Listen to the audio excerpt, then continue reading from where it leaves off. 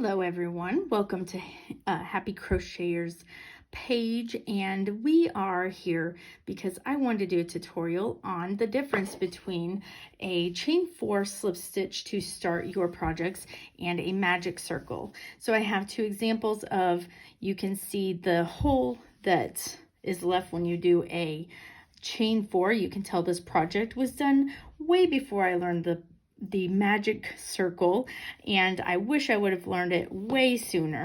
But as you can see, this was one of my first hats I ever made, and it has the hole that will never go away because of the chain 4 slip stitch. And now that I have learned how to do the magic circle, I have gotten rid of that hole in all of my projects. So if you're doing a project such as a hat or an origami type project, these are going to be very helpful tips on showing you the difference. So if you're like me, and when I was beginning to crochet years ago, this is how I learned, and I've also seen a lot of patterns that start with that chain 4 and the slip stitch. So I'm going to show you the difference between doing that, if this wasn't spinning around on me. So we have 1, 2, 3, 4 stitches here, and we go back and do our slip stitch into our first chain, and that creates our circle. So most projects, you will do your stitches into this circle here, and you'll do your double crochets or whatever stitch that you are working with. And there's many reasons that I wish I would have learned the magic circle. One being that it leaves that hole, right? 2 being that it's really difficult to sometimes get into this circle, and then it spins around on you and things get clumped together, and it can just be very frustrating trying to get in that circle and moving stitches, and it can be very frustrating. So again, you're going to have this hole here when you do that. So that is the chain 4 slip stitch. Now, I wish I would have learned this magic circle so many years ago, because it would have helped me in so many projects. So if you want to learn the magic circle, you just wrap it around. So you hold the end, the tail there. You come down around your fingers like so, and you're going to wrap up and cross over on the back here and go over your fingers again, so that when you wrap around, you're going around the back side of your first round around your fingers. So you are going to put your hook underneath the front. You're going to grab the back strand of yarn and pull it up past the front. And this is key right here. You want this to twist onto your hook. So you want that good twist right there. You can loosen it a little bit, obviously, so you can slide it down your hook.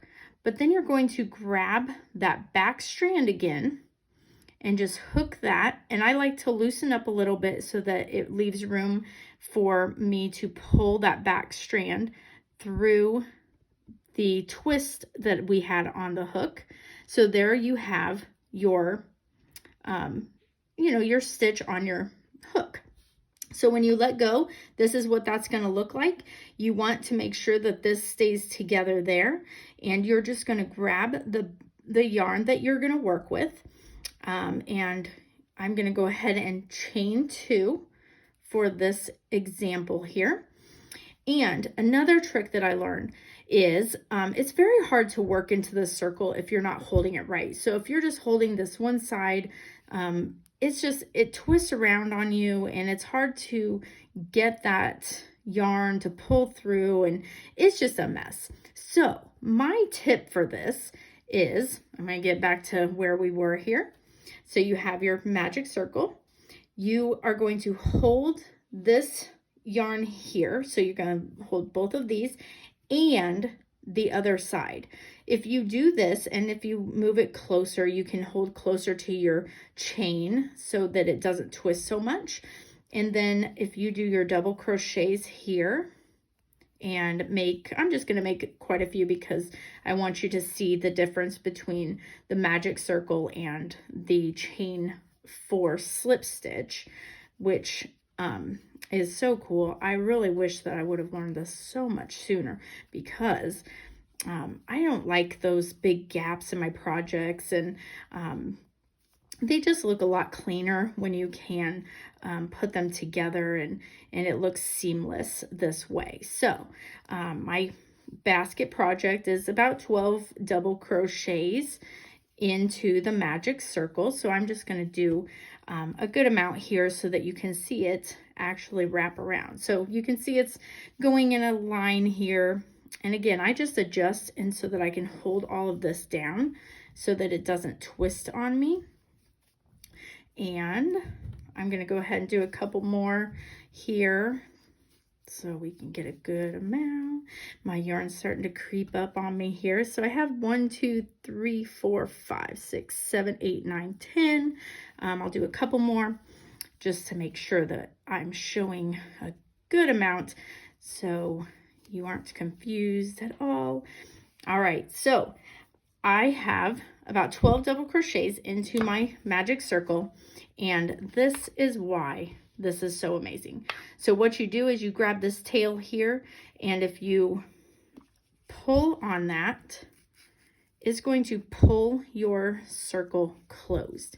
And you can do a nice little tug on that until it closes up completely. And that is what I love about this. And then when you connect your circle and you put it into your slip stitch here, you have a nice clean look, and your I pulled on the wrong one, sorry about that. When you pull on your strand here for your magic circle, you're going to just really close up that where you don't have that gap in your project. So super easy, super simple, gives you that clean look as opposed to that that hole that will be there forever. So I hope you found this helpful and got some great tips out of this, and happy crocheting.